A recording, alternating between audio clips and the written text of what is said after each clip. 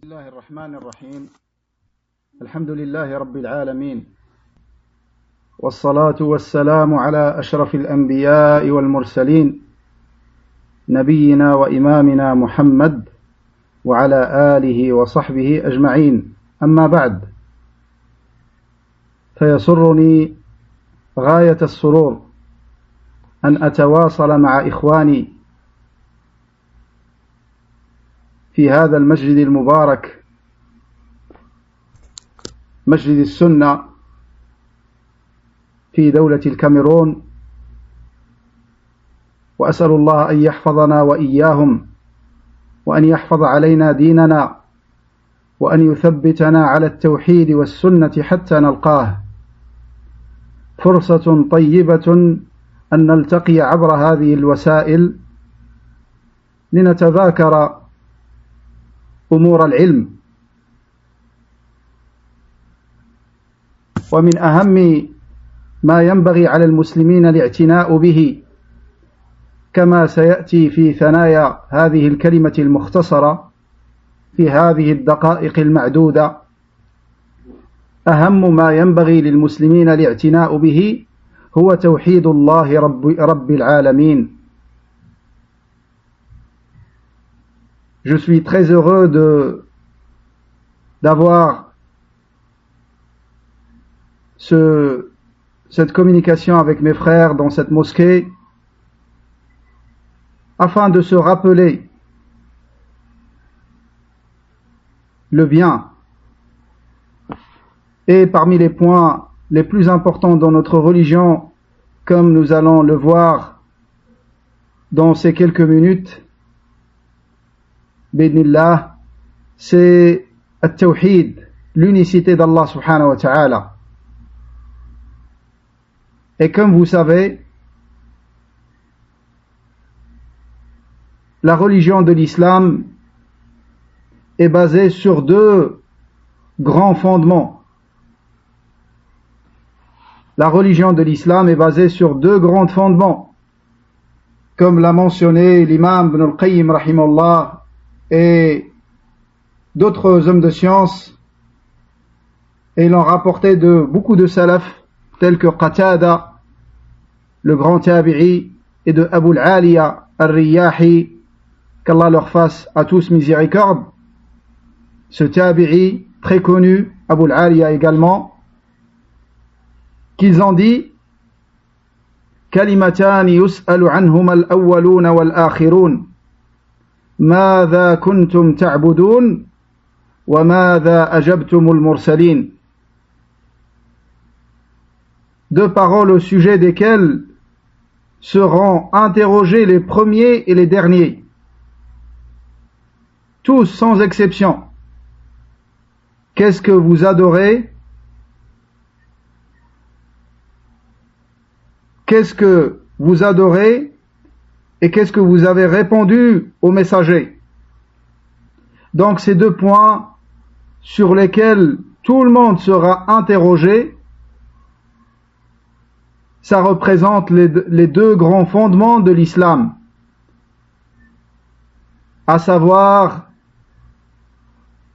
l'unicité d'Allah subhanahu wa ta'ala et le suivi de son noble messager Muhammad alayhi salatu wassalam.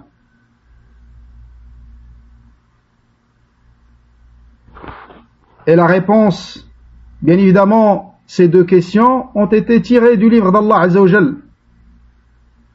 La première, dans Surat Al-Qasas, Allah Azza wa Jal dit: وَيَوْمَ يُنَادِيهِمْ فَيَقُولُ أَيْنَ شُرَكَائِيَ الَّذِينَ كُنْتُمْ تَزْعُمُونَ. Et le jour où il les appellera, il dira: où sont ceux que vous prétendiez être mes associés? Et la deuxième question, c'est dans la même sourate, quelques versets plus tard, Allah Azza wa Jal dit: وَيَوْمَ يُنَادِيهِمْ فَيَقُولُ مَاذَا أَجَبْتُمُ الْمُرْسَلِينَ. Et le jour où il les appellera, il dira: que répondiez-vous aux messagers? L'imam Ibn Kathir rahimahullah dans son tafsir a dit: النداء الأول سؤال عن التوحيد وهذا عن إثبات النبوات وهذا كما يسأل العبد في قبره من ربك ومن نبيك وما دينك. Il a dit rahimahullah, le premier appel c'est une question au sujet de l'unicité d'Allah subhanahu wa ta'ala. Et le deuxième concerne l'affirmation de la prophétie. Et ensuite, il a dit, de la même manière que le serviteur sera interrogé dans sa tombe, quel est ton Seigneur, quel est ton prophète et quelle est ta religion.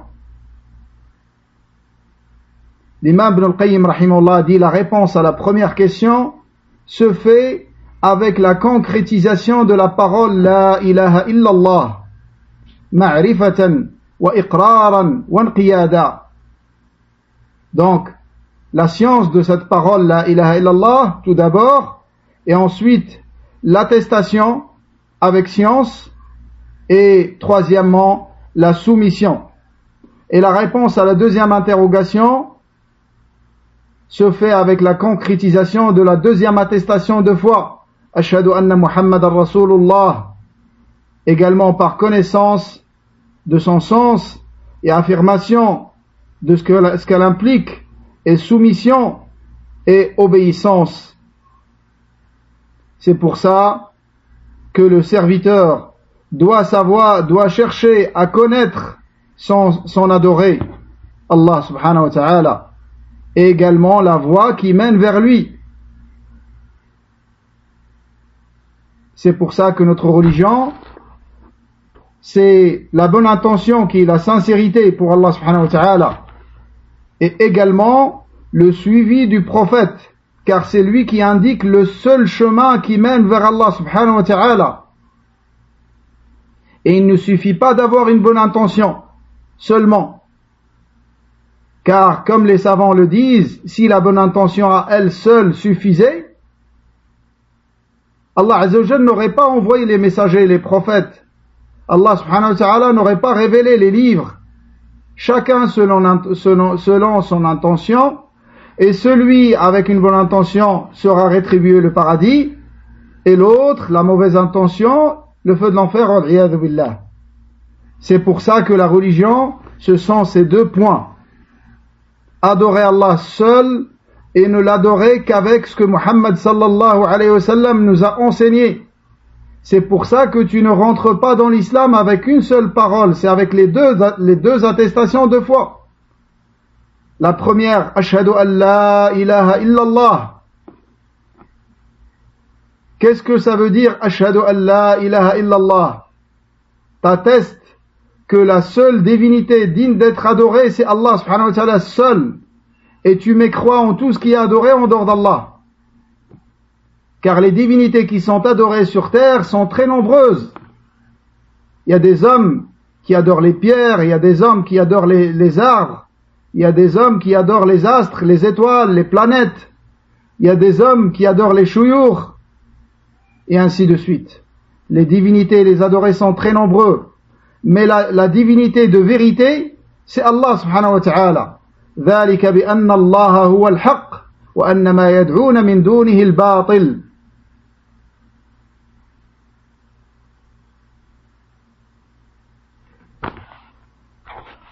Et également avec le suivi du prophète alayhi salatu wassalam. Et si on passe en revue les paroles de Salaf radiyallahu anhum, vous verrez qu'ils ont bien assimilé ce sens et qu'ils ont bien compris ces sens.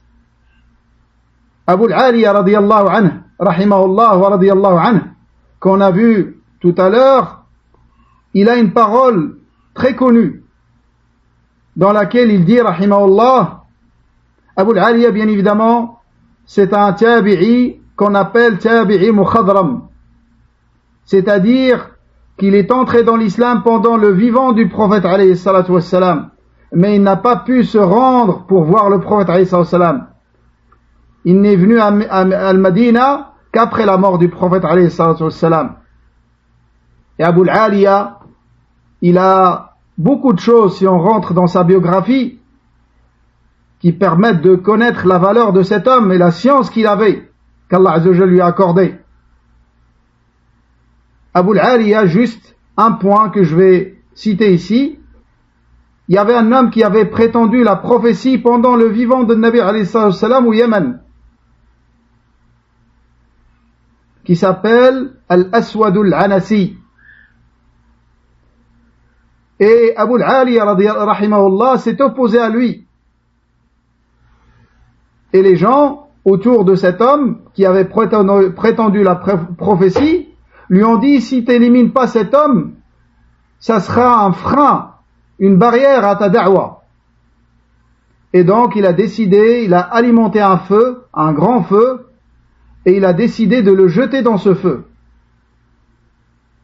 Et Allah Azza wa Jalla a sauvé Abu al-Aliya de ce feu comme il a sauvé Ibrahim alayhi salam.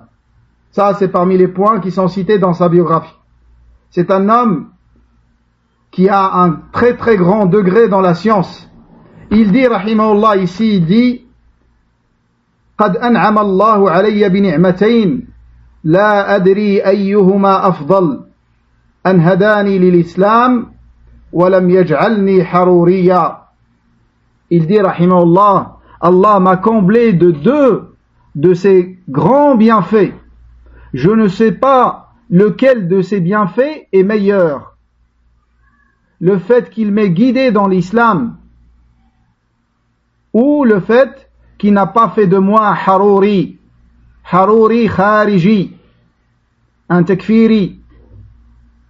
Yani, ça c'est les innovateurs qui avaient à son époque. Mais le sens, yani, lequel de ces deux bienfaits sont le plus immense? Le fait d'être guidé dans l'islam ou le fait d'être préservé des innovations et des passions? Et ça, c'est pour montrer l'importance du suivi de la sunna. C'est une immense ni'ma qu'Allah nous ait guidés dans l'islam et qu'Allah Azza wa Jalla a fait de nous des muslimines. Mais il faut compléter cette ni'ma avec une deuxième, qui est de s'attacher et se cramponner à la sunna du prophète alayhi salatu wassalam et de s'écarter de toutes les innovations et de toutes les hérésies et les passions et de se limiter à ce que Muhammad sallallahu alayhi wa sallam nous a enseigné. Et personne d'entre nous ne peut faire toute la sunna. Alors comment inventer des choses que le Nabi alayhi sallam n'a pas enseignées? Mais ça, c'est l'égarement.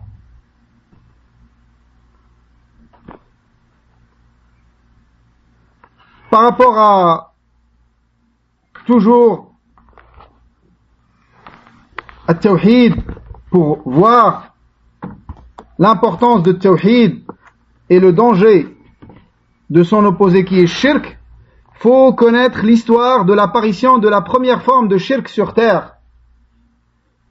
Et ceci est rapporté dans l'authentique de l'imam al-Bukhari selon Abdullah ibn Abbas radiyallahu anhuma, quand il a cité la parole d'Allah, وَقَالُوا لَا تَذَرُنَّ آلِهَتَكُمْ وَلَا تَذَرُنَّ وُدًّا وَلَا سُوَاعًا وَلَا يَغُوثَ وَيَعُوقَ وَنَسْرًا.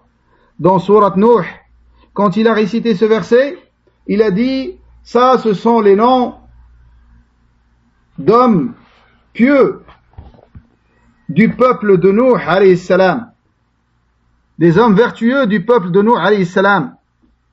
Lorsqu'ils sont morts, Shaitan a insufflé à son peuple d'ériger des statues les représentant ces hommes vertueux et de les placer là où ils avaient pour habitude de s'asseoir et de les nommer du nom de ces défunts.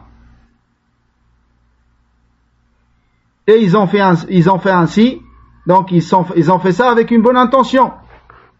C'était de dresser ces statues, de les ériger afin de se rappeler le bien que ces hommes vertueux vers lequel il les appelait. Et chacun, comme dans les récits, chacun de ces 5 hommes avait excellé dans un domaine. Et il appelait son peuple à ce bien. Donc c'est uniquement pour se rappeler ces hommes et pour continuer à faire ce bien. Donc ça a commencé comme ça. Ensuite, Abdullah ibn Abbas radiyallahu anhu a dit, ils ont fait ainsi jusqu'à ce que ceux qui ont fait ces statues sont morts. Et une fois que la science a été oubliée, les générations qui sont venues après, il a dit, radiyallahu anhu, ils les ont adorés. Ils les ont adorés. Donc ça a commencé, ça c'est la première forme de shirk qui est apparue sur terre, mes frères. C'est la première forme de shirk qui est apparue sur terre, car entre la descente de Adam alayhi salam du paradis jusqu'au peuple de Nuh alayhi salam, il y avait 10 siècles dans lesquels il n'y avait pas une seule forme de shirk. Il y avait des péchés mais pas de shirk. Et dans le peuple de Nuh que c'est apparu la première forme de shirk. C'est Shaitan qui l'a ordonné et c'est parti d'une bonne intention. Mais ça s'est terminé avec shirk qui fait sortir de l'islam. Et shirk, mes frères, constatez quelques points à tirer de cette histoire de Abdullah ibn Abbas radiyallahu anhu, qui est dans l'authentique de Bukhari rahimahullah. C'est que quand le shirk est apparu pour la première fois, il n'a plus jamais disparu de la terre.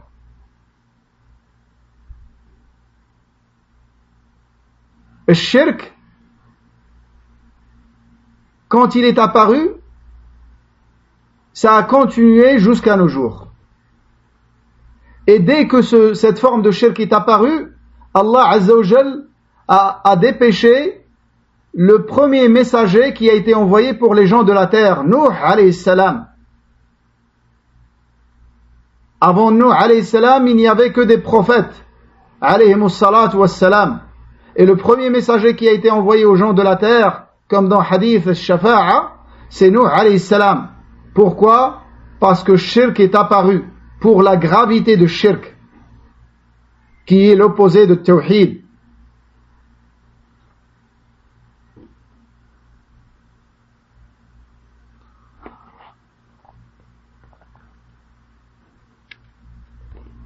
Et le fait d'étudier tawhid et d'étudier son opposé, ça c'est la guidée de nos pieux prédécesseurs.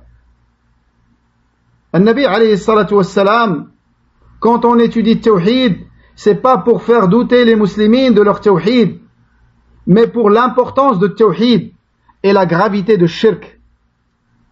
Et Nabi alayhi salatu wassalam, les versets qui lui ont été révélés de la part d'Allah subhanahu wa ta'ala, lui ordonnant le tawhid et le mettant en garde contre le shirk, n'ont cessé jusqu'à ce que Allah Azza wa Jalla a pris son âme.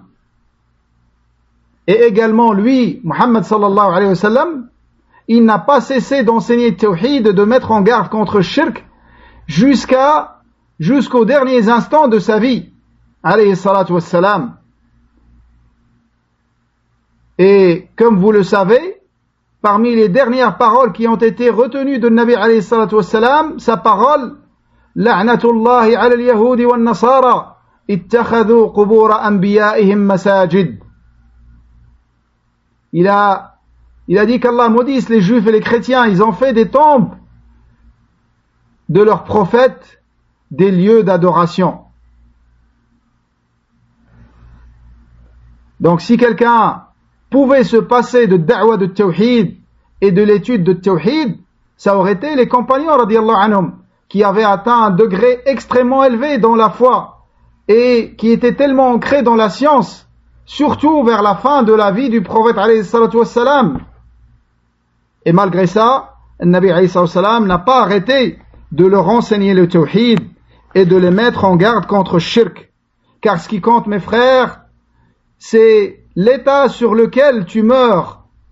Ce qui compte, c'est de mourir avec tawhid et de rester dans la droiture de tawhid jusqu'à la fin de ta vie. Tawhid, c'est pas un livre que tu vas étudier une fois dans ta vie, ou 2 fois, ou 3 fois. Tawhid, c'est une question de vie, du début jusqu'à la fin. Et comme vous le savez également, la méthodologie de Ahl-Sunnah wal Jama'a, c'est d'enseigner le tawhid d'une manière détaillée, d'accorder l'importance que se doit à tawhid, et ça on va le voir bi'idhnillah quand on va voir quelques mérites de tawhid. Al-Sunnah wal-Jama'a, ils font la da'wa au tawhid d'une manière détaillée et non pas globale. Ils détaillent le tawhid. Et si vous lisez les livres des savants de Al-Sunnah wal-Jama'a, vous trouvez que leurs livres sont faits de cette manière. Ils citent les conditions, les obligations, ils détaillent en citant les exemples de shirk, et ainsi de suite. Et également, la da'wa de Al-Sunnah wal-Jama'a est une da'wa complète qui accorde toute l'importance à tout ce qui est une cause de réforme pour les musulmans, que ce soit dans leurs affaires mondaines ou dans leur religion. Comme Allah Azza wa Jalla dit, Ya ayyuhalladhina amanu dkhulu fi as-salmi kaffah. Rentrez dans l'islam d'une manière globale, yani dans sa totalité et sa globalité. Mais l'importance qu'on doit accorder à au tawhid est une importance particulière.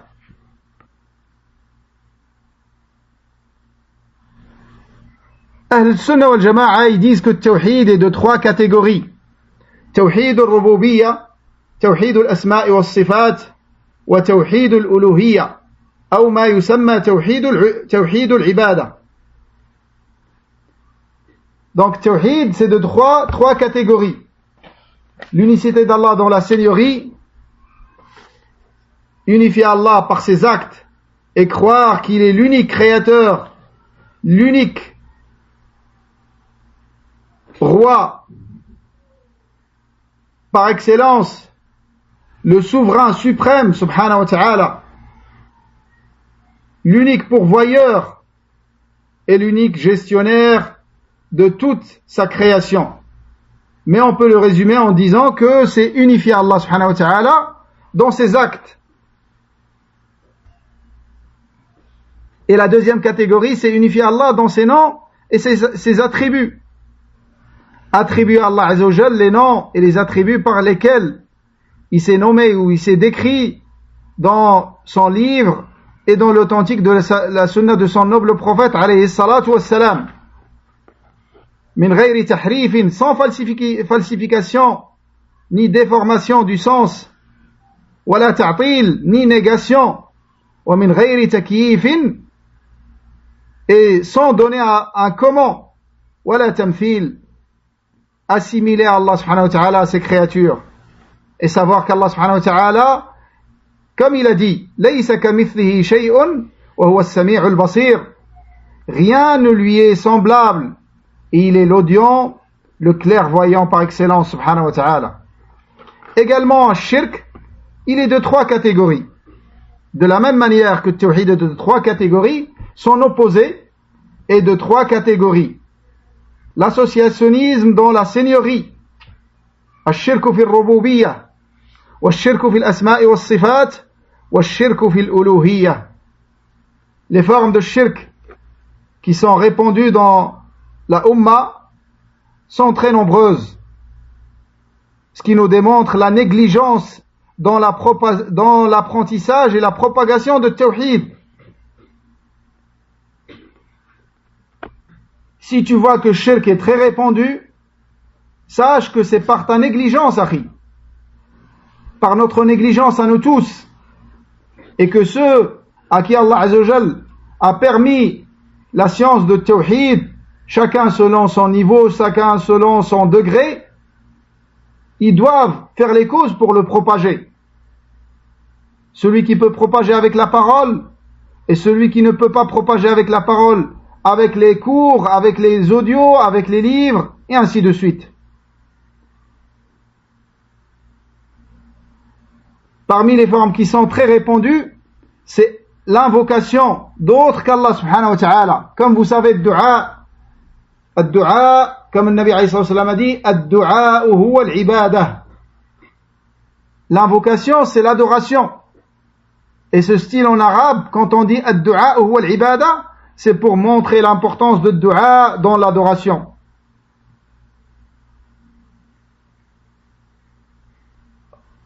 Et du'a, c'est une adoration qui se doit d'être réservée à Allah subhanahu wa ta'ala seul. Et on ne doit invoquer que Allah subhanahu wa ta'ala. Et vouer une adoration à autre qu'Allah, ça, c'est l'associationnisme dans la divinité. Vouer une adoration à autre qu'Allah, quelle que soit cette adoration, ça, c'est un associationnisme dans la divinité d'Allah subhanahu wa ta'ala. Comme bien même celui qui le fait, il croit qu'Allah est unique dans son essence, unique dans ses noms et ses attributs. Il faut qu'il unifie Allah également avec ses adorations et qu'il n'adore qu'Allah subhanahu wa ta'ala. وَقَالَ رَبُّكُمُ ادْعُونِي أَسْتَجِبْ لَكُمْ. Invoquez-moi, je vous exauce. Parmi les formes également de shirk, porter des amulettes, des bracelets, en pensant que ça repousse le mal avant que ça arrive, ou que ça permet de lever le mal une fois arrivé.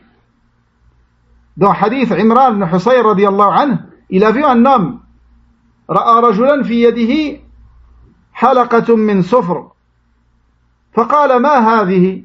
قال من الواهنة. قال انزعها فإنها لا تزيدك إلا وهنا فإنك لو مت وهي عليك ما أفلحت أبدا. Il a dit c'est quoi ça? Il a dit ça c'est un bracelet que je mets contre une douleur, un mal dans le bras. Il lui a dit retire-la, car ça ne fera que t'affaiblir davantage, t'affaiblir dans ta foi et dans ta croyance, car tu t'es attaché à autre qu'Allah subhanahu wa ta'ala, et t'as fait d'une chose une cause, alors que c'est pas une cause. C'est pas une cause de guérison, et c'est pas un remède, comme bien même ils peuvent faire croire que c'est un remède, car ça continue à notre époque encore aujourd'hui. Des gens qui portent des bracelets, des bracelets en cuivre ou en autre métal, ils pensent que ça peut repousser un mal. Également ceux qui portent les talismans, at-tamima. النبي عليه الصلاة والسلام قال من تعلق تميمة فلا أتم الله له. Celui qui porte un talisman qu'Allah ne lui permet pas d'aboutir dans son affaire, qu'Allah ne lui permette pas l'aboutissement dans son affaire. Et tamima, les talismans ne sont pas autorisés, que ce soit avec le Coran ou autre. Également ceux qui cherchent bénédiction dans des choses sur lesquelles il n'y a pas de texte, il n'y a pas de dalil. Et par rapport à ça, vous connaissez hadith Abi Waqid al-Laythi radiyallahu anhu. Certains compagnons qui étaient novices dans l'islam et qui venaient d'entrer dans l'islam, ils ont demandé au prophète de leur désigner un arbre afin d'attacher leurs armes sur cet arbre pour en tirer bénédiction, car les kuffars faisaient de même. Et le Nabi les a blâmés d'une manière très forte, et même il leur a dit Allahu Akbar, قلتم والذي نفسي بيده كما قالت بنو إسرائيل لموسى اجعل لنا إلها كما لهم آلهة قال إنكم قوم تجهلون. Il a dit Allahu Akbar, et ça c'est la colère. Vous avez dit par celui qui tient mon âme dans sa main, comme les fils d'Israël ont dit à Moussa alayhi salam. Ils lui ont dit désigne-nous une divinité comme ils en ont des divinités. Également sacrifié pour autre qu'Allah subhanahu wa ta'ala. Ça c'est un grave péché. Et c'est une forme d'associationnisme majeur qui fait sortir de l'islam. Comme dans hadith Ali radiyallahu anhu. Il a dit, قال رسول الله صلى الله عليه وسلم لعن الله من ذبح لغير الله. qu'Allah maudisse celui qui sacrifie pour autre qu'Allah, qu'Allah maudisse celui qui immole pour autre qu'Allah subhanahu wa ta'ala. Allah azza wa jalla dit dans le verset: قل إن صلاتي ونسكي ومحياي ومماتي لله رب العالمين لا شريك له وبذلك أمرت وأنا أول المسلمين. Il dit à son noble prophète Muhammad sallallahu alayhi wa sallam: dis-leur, ma prière et mes invocations, mon sacrifice, ma vie, c'est-à-dire les œuvres que je fais pendant mon vivant, et ma mort, c'est-à-dire les actes sur lesquels je meurs, tous pour Allah le Seigneur de l'univers, sans lui donner d'associé. Et c'est ainsi qu'il m'a été ordonné, et je suis le premier des soumis. Et je suis le premier des soumis. النبي عليه الصلاة والسلام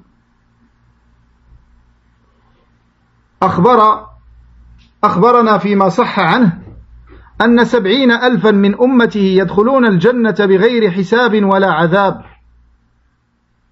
وفي رواية مسلم: مع كل واحد منهم 70,000. فلما سئل عنهم عليه الصلاة والسلام قال: هم الذين لا يسترقون ولا يكتوون ولا يتطيرون وعلى ربهم يتوكلون. Nabi alayhi salam nous a informé que 70,000 de sa communauté iront au paradis sans être jugés ni châtiés. Et dans une autre version, dans l'authentique de l'imam Muslim, il a dit avec chacun de ces 70,000, 70,000. Ça veut dire 70,000 multiplié par 70,000. Quand il a été interrogé au sujet de ces gens, qui sont ces gens-là? Sahaba cherchent à savoir qui sont ces hommes. Qu'est-ce qu'ils ont fait de particulier pour mériter ce bienfait immense d'aller au paradis sans jugement ni châtiment? Nabi alayhi salam leur a dit: ceux qui ne demandent pas la ruqya et ceux qui ne se soignent pas avec la cautérisation et ceux qui ne croient pas aux mauvais et bon augure et ceux qui placent leur confiance totalement en Allah. Si on veut résumer, sans rentrer dans les détails, car les minutes sont comptées, si on veut résumer, c'est quoi la caractéristique de ces hommes? C'est des hommes qui ont concrétisé le tawhid à des niveaux élevés. Et la concrétisation de tawhid, mes frères, est de 2 degrés. Un degré obligatoire et un degré recommandé. Le degré obligatoire, c'est de le purifier de toute forme de shirk et d'innovation et des péchés. Ça, c'est le degré obligatoire. C'est de s'écarter de toute forme de shirk, d'associationnisme, que ce soit l'associationnisme majeur ou mineur, et de s'écarter de toute forme d'innovation et d'hérésie dans la religion. L'innovation, comme vous savez, c'est une adoration qui n'a pas été enseignée par le prophète alayhi salatu wassalam. Et également de s'écarter de tous les péchés. Ça, c'est un degré obligatoire. Car l'associationnisme s'oppose à l'unicité d'Allah d'une manière radicale. Ça la rend caduque. Et les innovations s'opposent à son degré obligatoire. Les innovations diminuent le tawhid de son degré obligatoire. Et l'associationnisme l'annule. Et les péchés diminuent sa récompense. Et le serviteur ne peut arriver au degré de concrétiser le tawhid à son degré obligatoire qu'en s'écartant de ces 3 choses: al-shirk, al-bid'a, al-ma'asi. Le degré recommandé, qui est un degré supérieur, c'est le degré des proches, les proches d'Allah subhanahu wa ta'ala, les alliés d'Allah subhanahu wa ta'ala, très proches d'Allah subhanahu wa ta'ala. C'est ceux qui délaissent les choses dans lesquelles il n'y a pas de mal, par crainte que ça leur porte préjudice auprès d'Allah. Donc ils vont arriver à un niveau tellement élevé dans leur foi et dans leur religion, dans leurs pratiques religieuses, qui vont délaisser des choses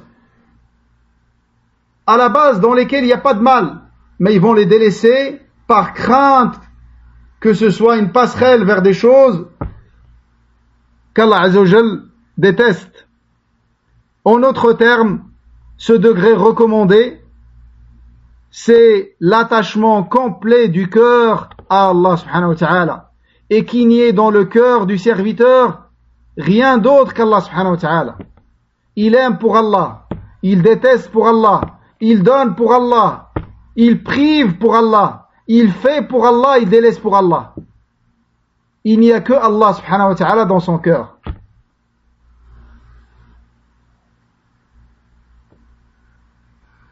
Et plus le serviteur arrive à des degrés élevés dans la concrétisation de Tawhid, plus il aura les mérites de Tawhid, la sécurité dans le bas monde et dans l'au-delà, et la guidée parfaite dans le bas monde et dans l'au-delà. Il sera en sécurité dans le dunya et dans l'akhira. Plus il concrétise Tawhid, plus il aura de sécurité. C'est pour ça qu'il y a des muwahhidines qui vont être châtiés dans le feu de l'enfer. Mais le muwahhid ne s'éternise jamais dans le feu de l'enfer. Pourquoi? Parce que leur mise en pratique de Tawhid est faible. Mais c'est quand même des muwahhidines.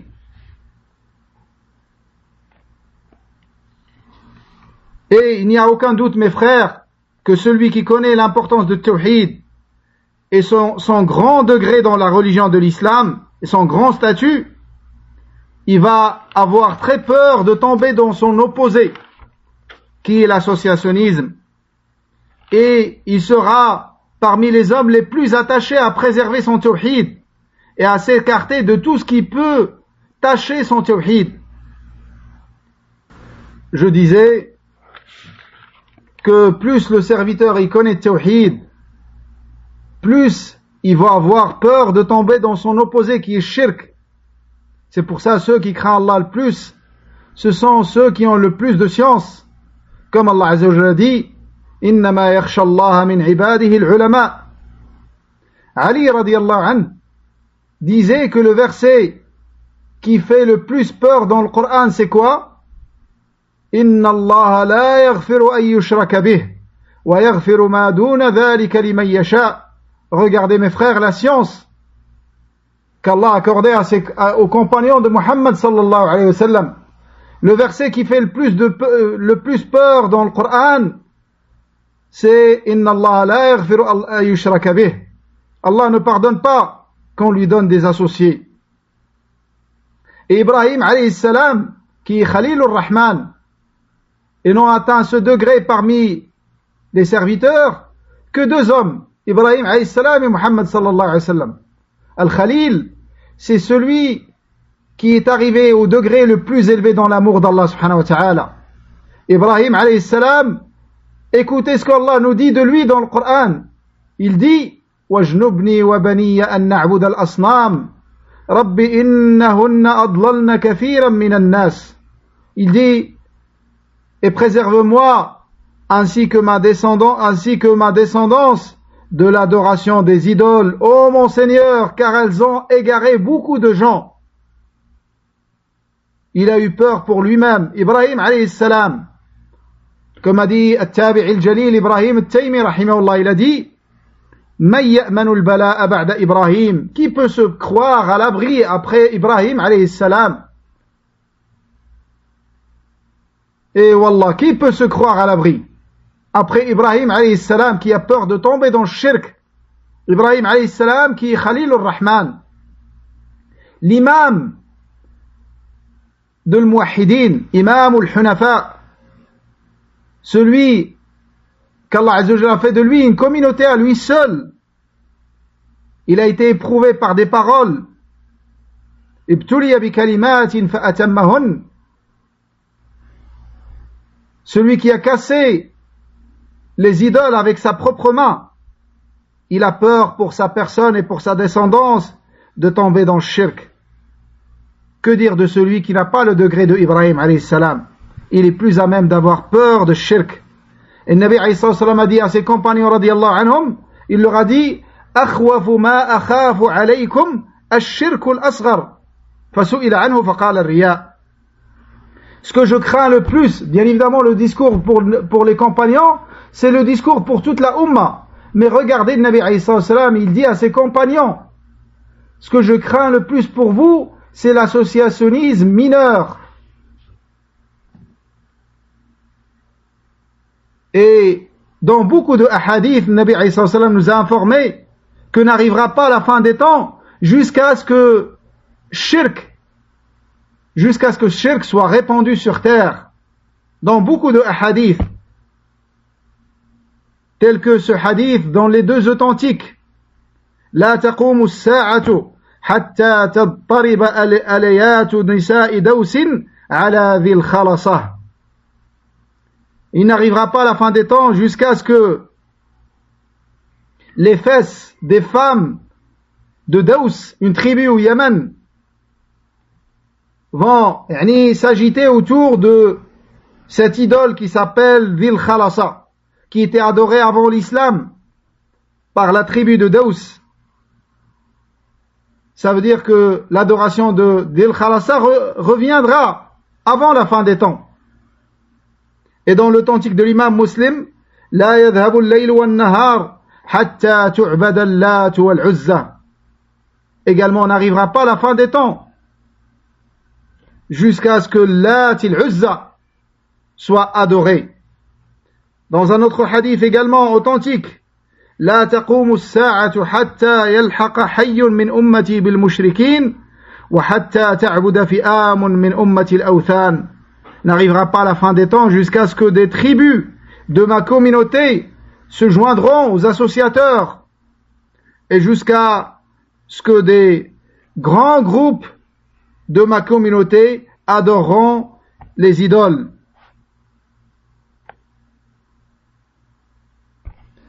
Celui qui connaît Tawhid et son importance, il va avoir peur de shirk. Et également, il va propager Tawhid. Il va chercher à partager ce bien, à commencer par son entourage, par sa famille.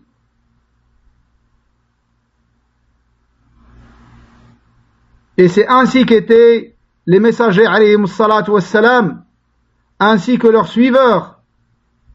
Ils propageaient Tawhid et ils commençaient dans leur da'wa par Tawhid, comme dans le hadith ibn Abbas radiyallahu anhuma, quand le prophète alayhi salam a envoyé Mu'adh ibn Jabal au Yémen, il lui a dit Ya Mu'adh, innaka ta'ti qawman min ahli al-kitab, falyakun awwala ma tad'uuhum ilayh shahadatu an la ilaha illallah. Wa fi riwaya ay yuwahhidu Allah. Que ce soit la chose, la première des choses, tu vas avoir affaire à des gens du livre, c'est-à-dire qui disent déjà la ilaha illallah, mais ils ne comprennent pas, ils n'appliquent pas son sens, ils n'appliquent pas ce que ça implique cette parole. Ils disent la ilaha illallah et tombent dans le shirk. Ceux-là également, il faut leur faire da'wa ou tawhid. Et ensuite, il lui a dit que ce soit la première des choses à laquelle tu les appelles, l'attestation la ilaha illallah. Dans une autre version, qu'ils unifient Allah. Donc ça suffit pas de dire la ilaha illallah avec la langue. Pour nous, tu es un musulman dès que tu dis la ilaha illallah. Mais la ilaha illallah qui te sauvera auprès d'Allah, c'est celle dont tu as compris le sens et que tu as mis en pratique. C'est celle-là, la ilaha illallah, qui sauve auprès d'Allah. Et toute la science, ça tourne autour de ces sens-là. Comme a dit l'imam Ibn al-Qayyim rahimahullah, il a dit وَالْعِلْمُ أَقْسَامٌ ثَلَاثَةٌ مَا لَهَا مِنْ رَابِعٍ وَالْحَقُّ ذُو تِبْيَانِ علم بأوصاف الإله وفعله وكذلك الأسماء للرحمن والأمر والنهي الذي هو دينه وجزاؤه يوم المعاد الثاني والكل في القرآن والسنن التي جاءت عن المبعوث بالفرقان. Voilà par rapport à cette introduction, avant de commencer à parler des mérites de Tawhid. Mais comme on a tardé, je vais vous citer sans détail comme ça rapidement les quelques mérites de Tawhid que l'imam Ibn Rajab rahimahullah a cité dans son livre Kalimatul Ikhlas. Il a dit rahimahullah, je vais résumer, فهي كلمة التقوى التوحيد, la parole la ilaha illallah, qui est la parole de Tawhid, c'est la parole de la piété, c'est la parole de la sincérité, c'est l'attestation de vérité, c'est l'appel de vérité, c'est le désaveu de l'associationnisme, et c'est la sauver dans ce bas monde et dans l'au-delà. Et c'est pour cette parole que les créatures ont été créées, comme Allah Azza wa Jalla a dit, وَمَا خَلَقْتُ الْجِنَّ وَالْإِنسَ إِلَّا لِيَعْبُدُونَ. Je n'ai créé les djinns et les humains que pour qu'ils m'adorent. Et c'est pour cette parole qu'Allah Azza wa Jalla a envoyé les messagers et a révélé les livres, comme Allah Azza wa Jalla a dit, وَمَا أَرْسَلْنَا مِنْ قَبْلِكَ مِنْ رَسُولٍ إِلَّا نُوحِي إِلَيْهِ أَنَّهُ لَا إِلَهَ إِلَّا أَنَا فَاعْبُدُونَ. Nous n'avons envoyé avant toi aucun messager à qui nous n'avons révélé, à qui nous n'ayons révélé point de divinité en dehors de moi, adorez-moi donc. Allah Azza wa Jalla dit par rapport au livre, avant les livres, ينزل الملائكة بالروح من أمره على من يشاء من عباده أن أنذروا أنه لا إله إلا أنا فاتقون. Il fait descendre par son ordre les anges avec la révélation sur qui il veut parmi ses serviteurs. Avertissez qu'il n'est d'autre divinité digne d'adoration que moi. Craignez-moi donc. Et par rapport au livre, Allah Azza wa Jalla dit dans Surat Hud, Alif Lam Ra, Kitabun unzilat ayatuhu thumma fussilat min ladun hakimin khabir. ألا تعبدوا إلا الله إنني لكم منه نذير وبشير. Alif Lam Ra, Allah Azza wa Jalla dit, c'est un livre dont les versets sont parfaits en style et en sens, émanant d'un sage parfaitement connaisseur. N'adorez qu'Allah. Moi je suis pour vous de sa part avertisseur et annonciateur. At-Tawhid, c'est une condition pour qu'Allah Azza wa Jalla nous accorde la victoire et nous assiste. At-Tawhid, c'est la clé de la da'wa de tous les messagers sans exception. C'est avec Tawhid qu'ils ont tous entamé leur da'wa. Comme on a vu dans le hadith Mu'ad radiyallahu anhu. At-Tawhid, mes frères, c'est ahsanul hasanat wa awwalul ma'murat wa awjabul wajibat. C'est la meilleure de toutes les bonnes actions. Et c'est le premier de tous les ordres. Et c'est la plus obligatoire de toutes les obligations. C'est le convenable le plus important. Et le blâmable le plus grave. At-Tawhid, c'est la parole ferme. Comme Allah Azza wa Jalla dit, يُثَبِّتُ اللَّهُ الَّذِينَ آمَنُوا بِالْقَوْلِ الثَّابِتِ. Allah raffermit ceux qui ont cru avec la parole ferme. C'est Tawhid. Tawhid, c'est une expiation des péchés. Comme Allah Azza wa Jalla dit dans le hadith al-Qudusi, Ya ibn Adam, innaka law ataytani biqurab al-ard khataya, thumma laqitani la tushriku bi shay'a, la ataytuka biqurabiha maghfirah. Ô fils de Adam, si tu me rencontres avec l'équivalent de la terre en péché, et tu me rencontres avec, sans me donner d'associé, c'est-à-dire avec le tawhid pur, je pardonnerai tes péchés. Je pardonnerai tes péchés. At-Tawhid huwa afdalu dhikr. Afdalu dhikri la ilaha illallah. La meilleure invocation, le meilleur appel et la meilleure évocation d'Allah subhanahu wa ta'ala, c'est la parole la ilaha illallah. C'est la parole la plus aimée par Allah subhanahu wa ta'ala. Et Allah n'accepte aucune œuvre. Allah n'accepte aucune œuvre sans Tawhid. Et Tawhid, c'est une protection contre shayatin. Et Tawhid, c'est l'équivalent de l'affranchissement d'esclaves, comme dans les hadiths. Celui qui dit la parole de Tawhid avant d'entrer dans un marché, يعني لا إله إلا الله وحده لا شريك له له الملك وله الحمد يحيي ويميت وهو حي لا يموت بيده الخير وإليه المصير وعلى كل شيء قدير. Allah lui pardonne 1000 péchés, il lui donne 1000 degrés.